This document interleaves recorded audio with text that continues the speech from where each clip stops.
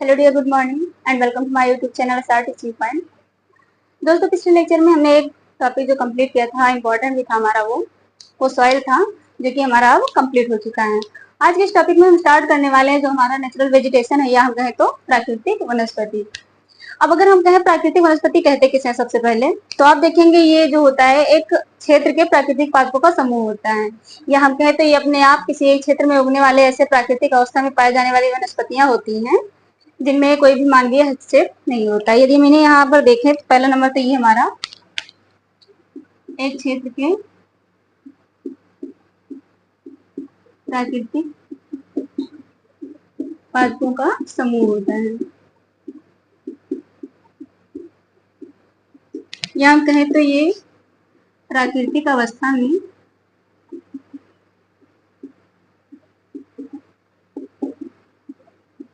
बिना मानवीय हस्तक्षेप के उगने वाले पौधे होते हैं या वनस्पतियां होती हैं। ये तो है हमारा प्राकृतिक वनस्पतियां। अब अगर हम अपने भारत में देखें तो यहाँ पर आप देखेंगे जलवायु की विविधता है और मृदा की भी विविधता है, तो इस कारण से यहाँ पर जो वनस्पतियां पाई जाती है वो भी बहुत डाइवर्स हैं। यहाँ आप देखेंगे ये उष्णकटिबंधीय वनों से लेकर के टुंड्रा वनों तक यहाँ पर वनस्पतियां पाई जाती हैं। आप देखेंगे हमारे भारत में यहाँ पर लगभग 45,000 से भी अधिक वनस्पतियों की प्रजातियां पाई जाती हैं, और इसमें से लगभग 35% है हमारी, ये तो एंडेमिक है, या हम कहें तो ये सिर्फ भारत में ही पाई जाती है, कहीं और नहीं पाई जाती। ये तो हो गया कि हमारे जो वनस्पतियां होती हैं वो क्या होती हैं, और जो हमारी वनस्पतियां हैं यहाँ पर टोटल भारत में कितने प्रकार की हैं। तो यहाँ हम देख रहे हैं क्योंकि 45,000 जो अपने आप में बहुत बड़ी संख्या है, तो भारत में बहुत विविध वनस्पतियां पाई जाती हैं। ये जो हमारी वनस्पतियां होती हैं ये जलवायु के ही सूचक होती हैं। जहां पर ये वनस्पतियों की हम बात कर रहे हैं उस क्षेत्र में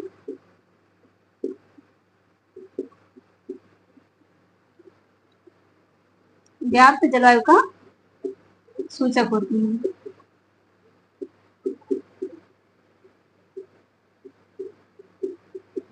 और जलवायु में हमारा क्या आता है, वर्षा और तापमान। वैसे तो इसमें और भी जो हमारे फैक्टर हैं वो रिस्पॉन्सिबल हैं हमारे इसके डाइवर्स वनस्पति के लिए कहें तो हम देखते हैं कौन कौन से हमारे जो कारक हैं वो इसमें अपनी महत्वपूर्ण भूमिका निभाते हैं, या हम कहें तो वनस्पतियों को प्रभावित करते हैं। हम देखते हैं कौन कौन से वो कारक हैं। अब इसमें जो हमारा सबसे पहला फैक्टर है वो है तापमान। क्योंकि अभी हमने पीछे जो जलवायु में बात किया था तो उसमें तापमान और वर्षा आते हैं, तो तापमान और वर्षा ये हमारे दोनों बहुत ही इंपॉर्टेंट हम कहें तो फैक्टर है, लेकिन इसके अलावा भी कुछ और फैक्टर हैं। यहाँ पहले देखेंगे तापमान, तो इसमें हम कहें अगर तो जो भी वनस्पतियां हमारी उगती हैं हमारे भारत में उनके लिए कम से कम 6 डिग्री सेल्सियस का मासिक औसत तापमान बहुत ही जरूरी होता है। या हम कहें तो अगर इससे कम तापमान होगा तो यहाँ पर कोई वनस्पतियां मतलब पनप ही नहीं सकती हैं।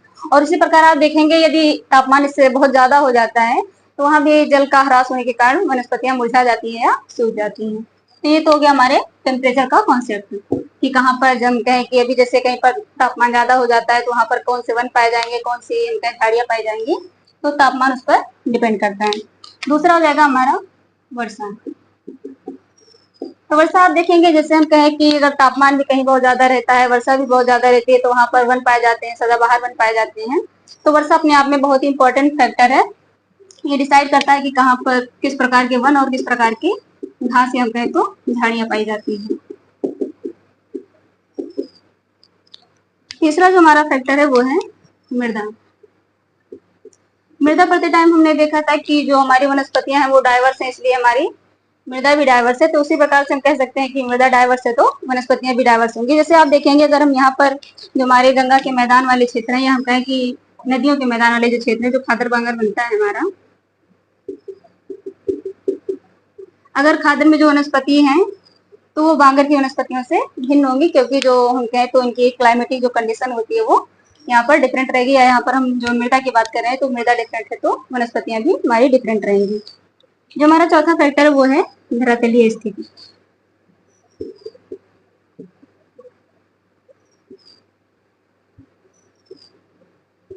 अब हम अपने भारत में देखें तो यहाँ पर देखेंगे आप पहाड़, मैदान, पठार सभी प्रकार के हम कहें तो धरातल जो है पाए जाते हैं।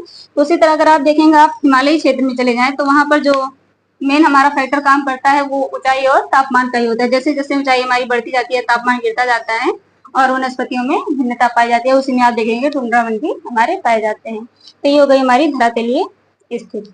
अब इसमें जो हमारा लास्ट फैक्टर है वो सूर्य का प्रकाश है।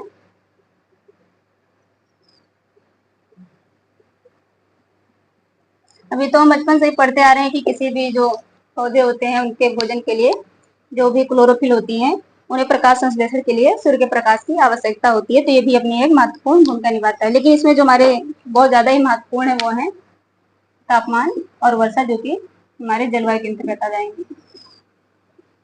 तो जो कि हमने कहा जो हमारी वनस्पतियां होती हैं वो जलवायु का सूचक होती हैं। तो इसी तरह से अगर हम कुछ कंडीशन देख लें कि कहाँ पर वन पाए जाएंगे, कहाँ पर हमारी घास पाई जाएगी, तो हम उसमें तापमान वन और तापमान वनस्पतियां और हम कहें तो जो वहाँ की वर्षा होगी उसके अकॉर्डिंग देखते हैं।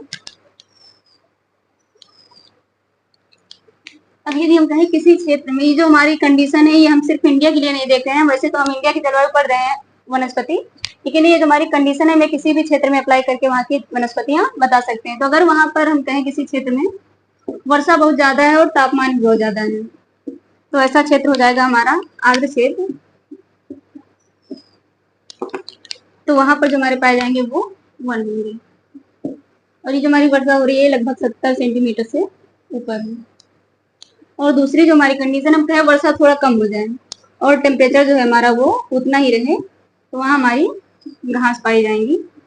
और तीसरा है हमारा कि वर्षा का अभाव हो जाए और टेम्परेचर हमारा उतना ही रहे, तो यहाँ पर जीरो फाइट्स पाए जाएंगे, जिन्हें कहते हैं जो हमारे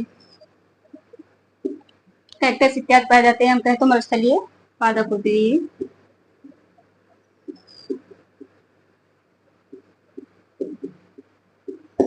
अब यहाँ पर हम यदि वन में देखें तो वन में भी किस प्रकार के वन पाए जाएंगे। यदि वर्षा जो है हमारी 250 सेंटीमीटर से भी ऊपर है, यहाँ आप देखेंगे ये हो जाएंगे हमारे सदाबहार। और यदि वर्षा हमारी जो है वो 200 सेंटीमीटर से ऊपर है, यहाँ हो जाएंगे अर्ध सदाबहार। अर्ध का मतलब जैसे वहां पर सदाबहार भी पाए जाएंगे और पर्णपाती वन भी पाए जाएंगे।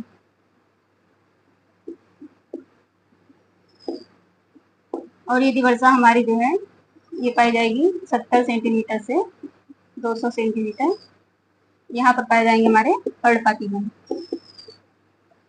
अब घास में भी जैसे कुछ ठंडे प्रदेश होंगे कुछ गर्म प्रदेश होंगे, तो यहाँ पर हमारी एक जगह पाई जाएगी जो हमारे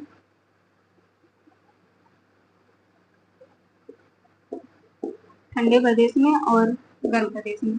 यहाँ देखेंगे यहाँ की घास जो होगी वो बहुत ही हरी भरी घास होगी, जबकि यहाँ वाली शुष्क और कटीली होगी। अब यदि हम यहाँ पर मरुस्थलीय जो हमारे पादप हैं या जीरोफाइट्स जो है हमारे, यहाँ की हम सॉइल की बात करें तो ये बहुत ही हम कहें तो सैंडी सॉइल होती है। सैंडी के साथ साथ ये सलाइनी हम कहें तो लवड़ीय भी होती है। यहाँ आप देखेंगे जो इसकी हम कहें तो वाटर रिटेनिंग जो कैपेसिटी होती है या जल संचय की जो क्षमता होती है वो भी बहुत कम है और पानी का भी अभाव है। तो यहाँ पर आप देखेंगे ऐसे पौधे मिलते हैं जो इस कंडीशन को हम कहें तो उसके अनुकूल में अपने जीवन को बचा सके, या जो भी होता है कि पानी जो जितना भी ये पा रहे हैं उसे रोकने का हर संभव प्रयास करते हैं। इसी कारण से क्या होता है कि जो भी हमारे ये कैक्टस इत्यादि यहाँ पर पाए जाते हैं वो उनकी जो पत्तियां होती हैं कांटों में बदल जाती हैं, जिसके कारण वहां पर इसका बहुत ज्यादा वाष्पन ना हो पाए, हम कहें तो वाष्पोत्सर्जन ना हो सके। ये हो गई हमारी जो यहाँ पर वनस्पतियां पाई जाती हैं। अब यहाँ पर हम यदि देखें कि भारत की जो जलवायु हमने पढ़ी थी उसके अकॉर्डिंग हम वहां पर वनस्पतियों को अप्लाई करें, तो यहाँ पर हम देख सकते हैं कि कहाँ पर हमारे सदाबहार वन पाए जाएंगे और कहाँ पर ये पर्णपाती वन इत्यादि पाए जा सकते हैं। तो हम एक मैप के थ्रू वहां पर इंडिया में अप्लाई करते हैं इन वनस्पतियों को। ये है हमारा इंडिया का मैप। अब इसमें हम सबसे पहले जो हमारे 100 सेंटीमीटर वाली वर्षा की लाइन है वो ड्रॉ करें, तो यहाँ पर है पश्चिमी घाट की साइड में ये हमारी 100 सेंटीमीटर की लाइन। तो इसकी इधर जो वर्षा होगी वो 100 सेंटीमीटर से ऊपर होगी। और इसी तरह से यहाँ कोरोमंडल के तट वाली भी लाइन ये भी 100 सेंटीमीटर है, इसकी इधर जो वर्षा होगी वो 100 सेंटीमीटर से ऊपर होगी। एक लाइन हमारी 100 सेंटीमीटर वाली यहाँ है, इसके इधर हो जाएंगी हमारी, और दूसरी है ये 100 सेंटीमीटर का है। अर्थात यहाँ पर हम बात करें तो ये वाला जो हमारा पोर्शन है इसके इधर 100 सेंटीमीटर से ज्यादा, इसके इधर 100 सेंटीमीटर से ज्यादा, और यहाँ पर ये वाला साइड और ये वाला साइड। लेकिन यहाँ आप देखेंगे जो हमारा ये मेघालय वाला क्षेत्र है, यहाँ लगभग इधर साइड में 200 सेंटीमीटर से भी ज्यादा वर्षा होती है। और खास करके हम यहाँ पर देखें, ये पूर्वोत्तर जो हमारा क्षेत्र है कुछ, और कुछ यहाँ पर। इसी तरह से यहाँ पर भी जो हमारा पश्चिमी घाट है, इसके पश्चिम में यहाँ पर ये हमारा जो लगभग है 400 सेंटीमीटर तक वर्षा होती है। इसी तरह यहाँ जो हमारा अंडमान और निकोबार द्वीप समूह है, यहाँ पर भी 200 सेंटीमीटर से ज्यादा वर्षा होती है। अब अगर हम जो भी हमने पीछे कंडीशन देखी थी कि हमारी जो 250 सेंटीमीटर से ज्यादा वर्षा होती है और टेम्परेचर भी हमारा बना रहता है, तो वहां पर सदाबहार वन पाए जाते हैं। तो हम फिगर के थ्रू यहाँ पर सिर्फ इसी, हम कहें तो जो मैप बना हुआ है हमारा, इसी के अकॉर्डिंग हम बता सकते हैं कि सदाबहार वन हमारे भारत में कहाँ कहाँ पाए जा सकते हैं, सिर्फ कंडीशन को देख करके कि यहाँ हमारी जो है वर्षा ज्यादा हो रही है, लगभग 400 सेंटीमीटर यहाँ पर भी और यहाँ पर भी, तथा यह जो हमारा अंडमान और निकोबार है। तो हमारे जो सदाबहार वन की हम कहें तो लोकेशन है वो इन जगहों पर है। इसी तरह यहाँ पर आप देखेंगे जो ये वाला हमारा क्षेत्र है, ये बहुत बड़ा हमारा वनीय क्षेत्र है। और यहाँ पर हमारी जो लाइन गई हुई थी, हमने पीछे भी ड्रॉ की थी, 60 सेंटीमीटर, 40 सेंटीमीटर और 20 सेंटीमीटर। अब अगर हम यहाँ पर और एक यहाँ पर एक हॉकी स्टिक की तरह ये बनी हुई थी,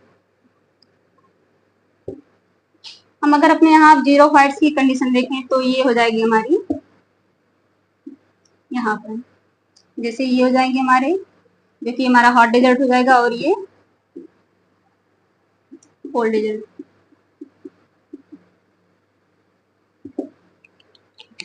उसी तरह से यहाँ पर हम देखें तो यहाँ पर जो हमारी वर्षा हो रही है ये लगभग 100 सेंटीमीटर से ऊपर है। तो यहाँ जो हमारे पाए जाएंगे वो आर्द्र पर्णपाती वन पाए जाएंगे।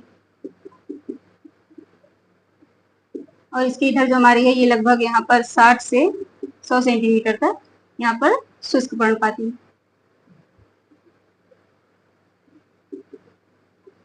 और कटीले वन। और यहाँ पर भी आप देखेंगे ये भी ट्रॉपिकल फर्नी है। अब यहीं पर जो ये हमारी जो 200 सेंटीमीटर की लाइन है जहाँ पर ये सदाबहार वन पाए जा रहे हैं, इसी के आसपास आप देखेंगे जो हमारा अर्ध सदाबहार वन होता है ये भी इसी के सीमा पर ही पाए जाते हैं। तो यही हमारा ये भी सब हो जाएगा, जो ये वाला पोर्शन है ये हमारा अर्ध सदाबहार वन हो जाएगा। और यहाँ पर भी ये सब जगहों पर हमारा अर्ध सदाबहार वन पाया जाएगा। ये हो गया कि हमने ओवरऑल एक व्यू डाल दिया कि कहाँ पर हमारे भारत में जो पाई जाती हैं, कौन सी वनस्पतियां कहाँ पर कौन से वन पाए जाते हैं और कौन से घास इत्यादि पाई जाएंगी। तो ये तो हमने देखा कि हमारे भारत में जो कंडीशन के अकॉर्डिंग अप्लाई हो रहा है। अब अगर हम प्रकार में इसकी बात करें वनस्पतियों के, वैसे तो 16 प्रकार की वनस्पतियां होती हैं, लेकिन अगर हम उन्हें एक खंड में विभाजित करके देखें तो सबसे पहले हम उसमें 5 पार्ट में डिवाइड करते हैं और उसके अंतर्गत करके हम उसमें 16 पार्ट में उसको पढ़ते हैं। लेकिन आज के लिए हमारा इतना ही, आगे जो हमारा प्रकार होगा वो उसको हम देखेंगे आने वाले लेक्चर में। तब तक के लिए जय हिंद।